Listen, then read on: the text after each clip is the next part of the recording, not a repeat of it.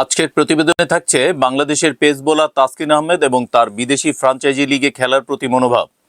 দীর্ঘদিন ধরে আইপিএল সহ বিভিন্ন বিদেশি লিগে সুযোগ পাওয়ার জন্য তাকে অনেক বাধার সম্মুখীন হতে হয়েছে। তবে তাসকিনের মনোবল চমৎকার, তিনি নিজেকে কখনোই হতাশ করেননি। আজকের প্রতিবেদনটিতে আমরা জানাবো তাসকিন আহমেদের হতাশা, তার মনোভাব এবং বিদেশি লিগে খেলার স্বপ্ন নিয়ে। চট্টগ্রামের জহুর আহমেদ চৌধুরী স্টেডিয়ামের সংবাদ সম্মেলনে বসে একেবারে সোজাসুজি কথাগুলি বলছিলেন তাসকিন আহমেদ। এর আগে 3বার আইপিএলে সুযোগ পেয়েও যেতে পারেনি। হতাশ হলে এতদিনে গলায় দড়ি দিয়ে মরে যাওয়ার কথা। হতাশ না, আমার তকদিরে যেটা আছে সেটা সামনে আসবে। তাসকিনের মুখে হাসি থাকলেও তার ভেতরকার অনুভূতি বোঝা যাচ্ছিল। দীর্ঘদিন ধরে আন্তর্জাতিক ক্রিকেটে নিজের সেরাটা দেওয়ার চেষ্টা করছেন তিনি। তবে ফ্রাঞ্চাইজি লিগে তার সুযোগ পাওয়ার বিষয়টি বেশ হতাশাজনক। বিশেষ করে আইপিএল, বিশ্বের সবচেয়ে বড় ফ্রাঞ্চাইজি লিগ, যেখানে সুযোগ পাওয়া সত্যিই বিরাট কিছু। তবে তাসকিনের জন্য সেটা সবার জন্য সম্ভব হয়ে ওঠেনি।